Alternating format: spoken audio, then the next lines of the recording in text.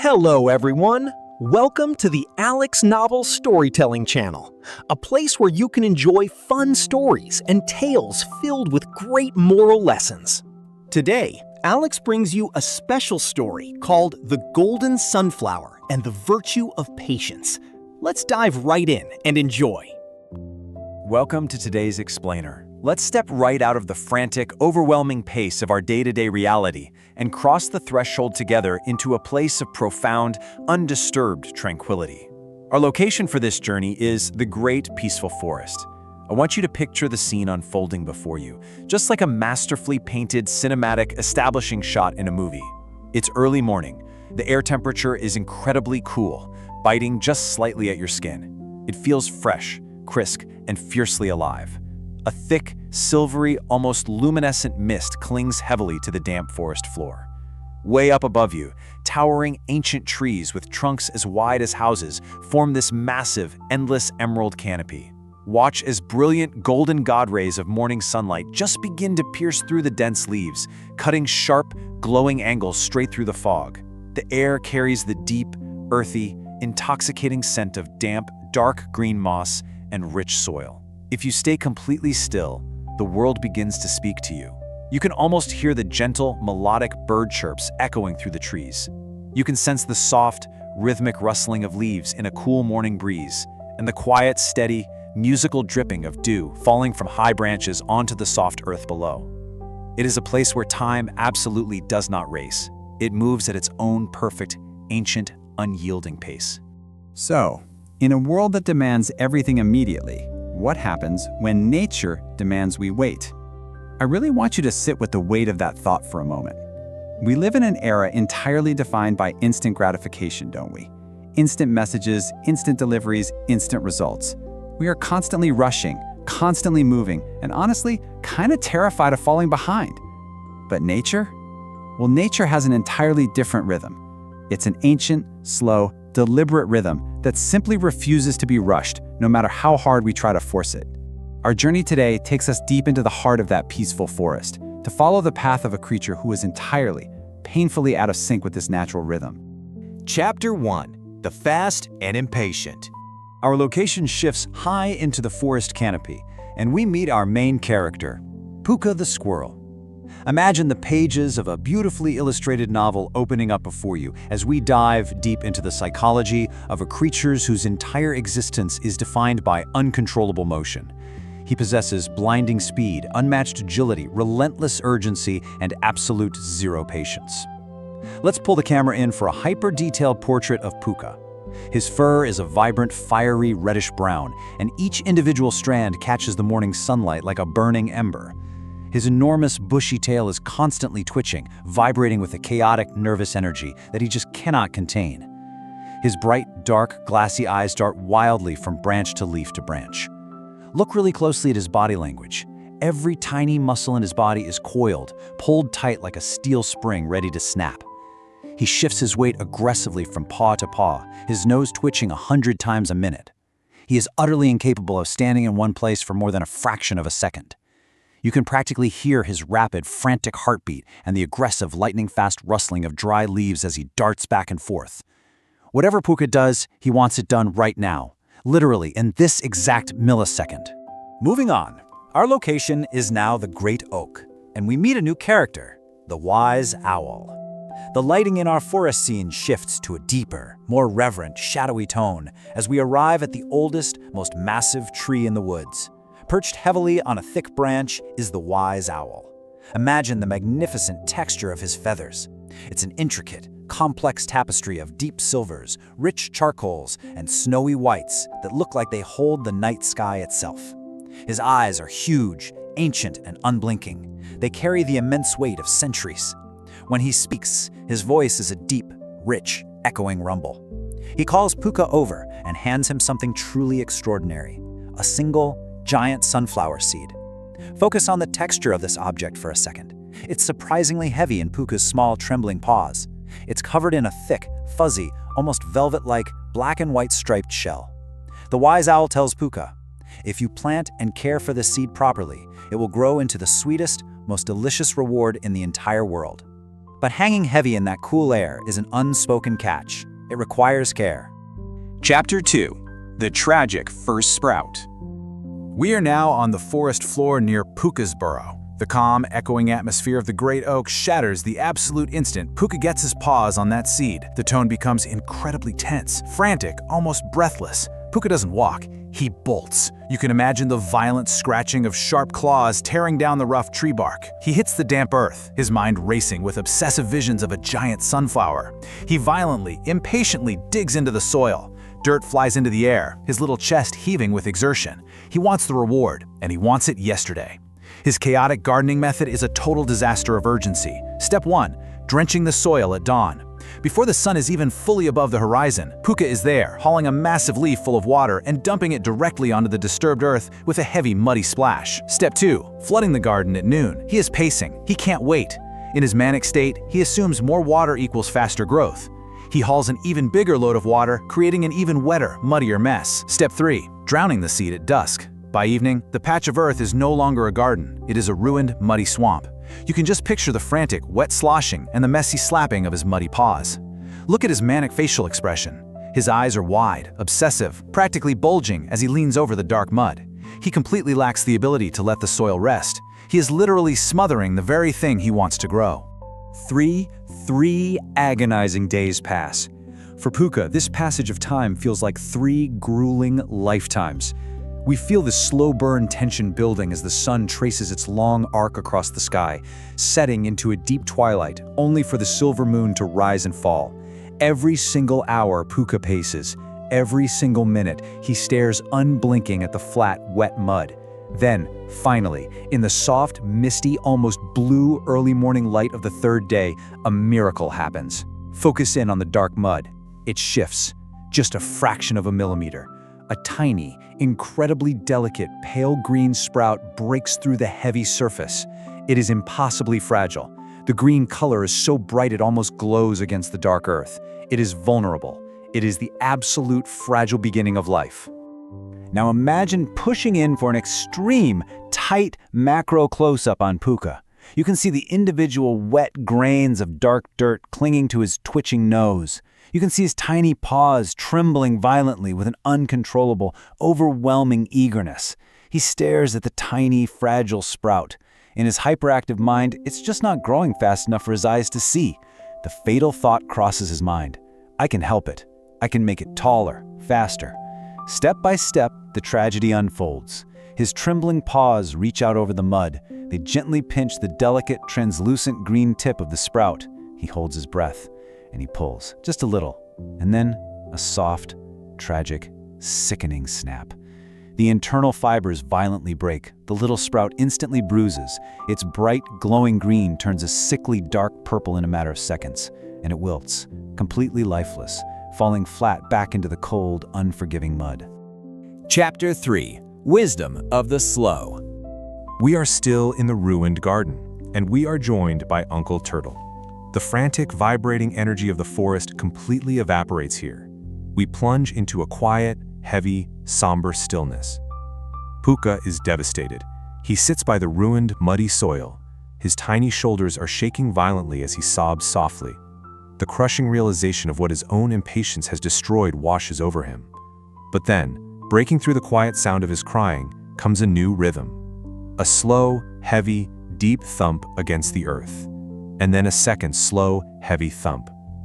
The incredibly grounding footsteps of the forest's oldest resident approach.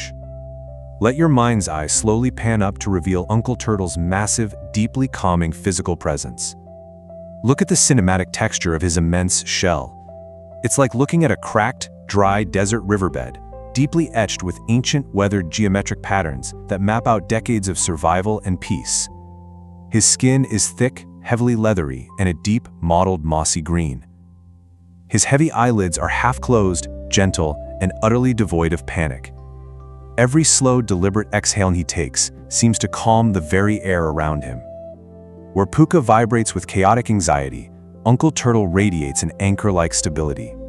His body language doesn't just suggest peace, it physically commands it. Uncle Turtle looks down at the sobbing, shivering squirrel.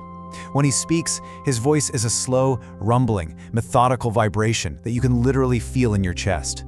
He explains the absolute unbending truth of the forest. Nature cannot be forced overnight. He breaks down the fundamental ingredients of life, and it's like a giant puzzle. He explains that yes, a seed absolutely needs water. That's about 10% of the equation.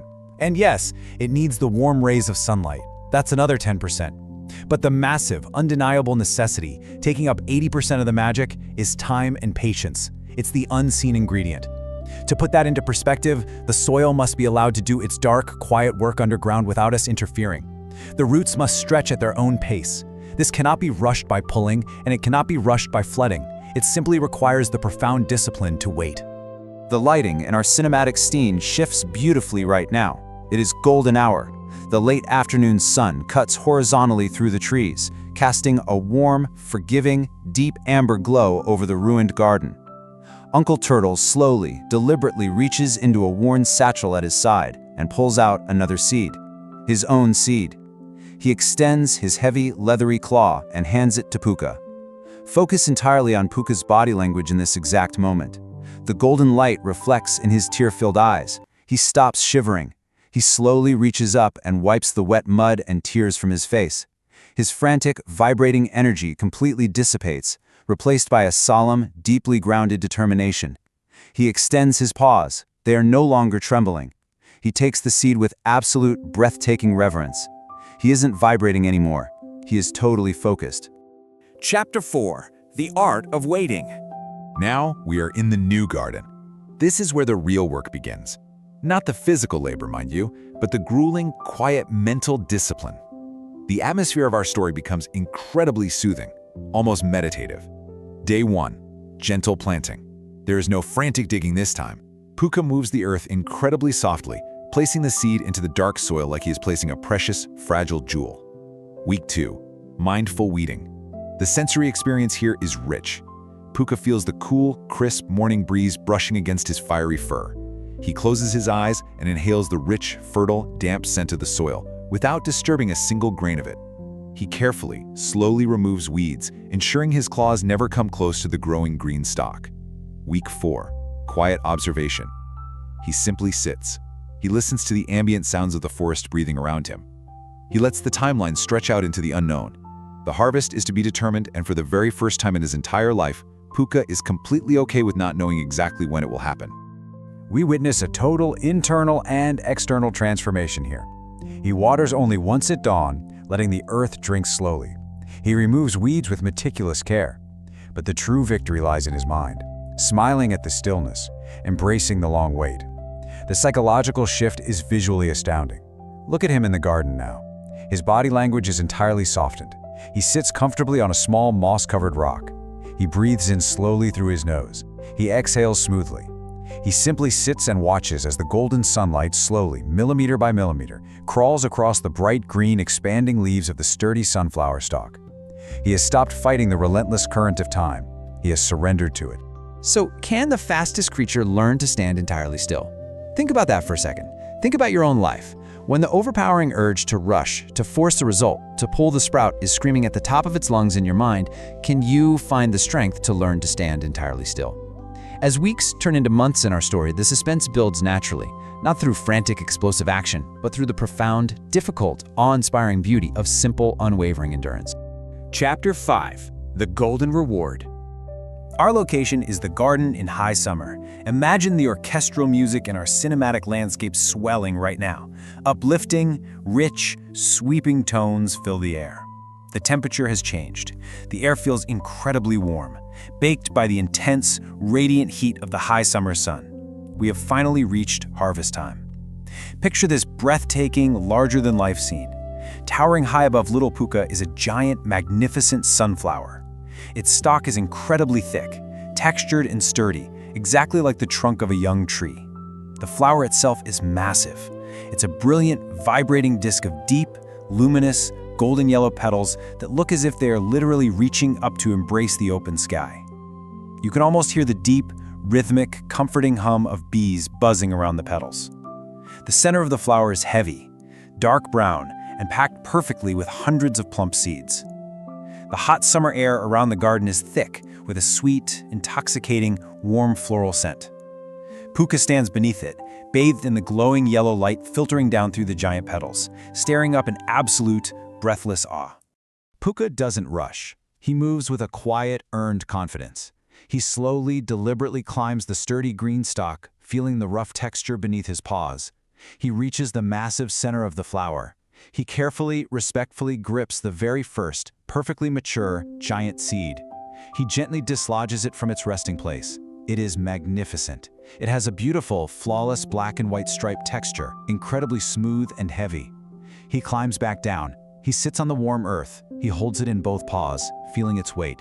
And then, he presses his teeth against the shell. Imagine a crisp, sharp, deeply satisfying crack.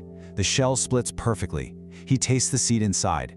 It is an explosion of the sweetest, richest, most incredibly complex flavor he has ever experienced. It is earth and sunlight and rain captured perfectly in one single bite. But more than that, it is the undeniable taste of a reward that has been earned through the absolute hardest work of all, waiting. But you know, the story doesn't end just with eating. We return to a heartwarming reunion under the giant golden canopy of the sunflower. Uncle Turtle slowly emerges from the brush. Puka approaches him. He does not approach with the frantic, bouncy, erratic energy of his past. He walks with a mature, calm, and deeply grounded posture. He holds out his paws. Inside them rests a handful of the giant, perfect striped seeds, offering them upward to the ancient creature who taught him how to grow them. The look of profound pride and quiet gratitude on Puka's face is absolutely beautiful. It perfectly matches the warm, ancient, crinkling smile that slowly spreads across Uncle Turtle's weathered face. So what is the absolutely crucial point we take away from this journey deep into the peaceful forest? Success and beauty cannot be rushed. This is the core truth. True, lasting beauty and deeply satisfying, meaningful success require continuous, disciplined, everyday effort. But far more importantly, they require the humility and the immense willpower to step back and let nature or time take its course. You simply cannot pull the sprout to make the flower bloom. And that brings us to our final, most important question for today. I want you to ask yourself right now, in this quiet moment, where in your life are you pulling the sprout too soon? What project, what relationship, what deeply held personal goal are you accidentally suffocating with your own impatience? Remember Puka's incredible journey. Remember the tragedy of the fatal tug and the sweet, sweet reward of the golden bloom. Sometimes, the most powerful, the most productive, the most courageous action you can possibly take is to simply sit still, breathe deep, and let the sun do its work. Thank you so much for joining me on this explainer. Keep learning, keep growing, and remember, sometimes you just have to wait. How was it, everyone? Did you enjoy the story? But wait, it's not over yet. Let's take a look at some beautiful pictures that tell the story. Alex put a lot of effort into making these just for you.